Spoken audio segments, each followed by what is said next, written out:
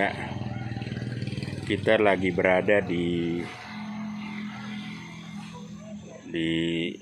Silimakuta, khususnya di Singgabur, Kuta Kersik.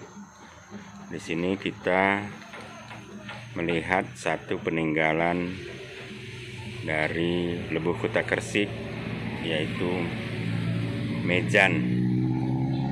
Mejan ini merupakan budaya megalit yang ada di daerah Pak. Jadi ini suasananya dari depan, dari samping, ya.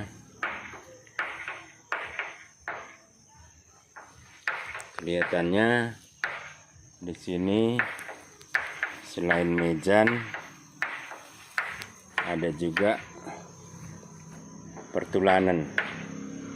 Pertulanan ini adalah tempat abu dari tulang belulang yang disimpan di dalam pertulanan tersebut.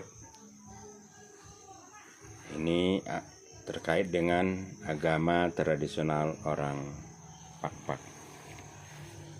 Mejan ini berada di wilayah pemakaman umum Kuta Kersik atau Desa Singgabur. Ya, di sini juga kita lihat makam tanpa membedakan agama. Di sini makam warga setempat yang beragama Kristen dan yang beragama Muslim satu dalam komplek pemakaman, ya. Jadi ini suasananya. Sayangnya memang mungkin makam ini kurang dirawat, ya.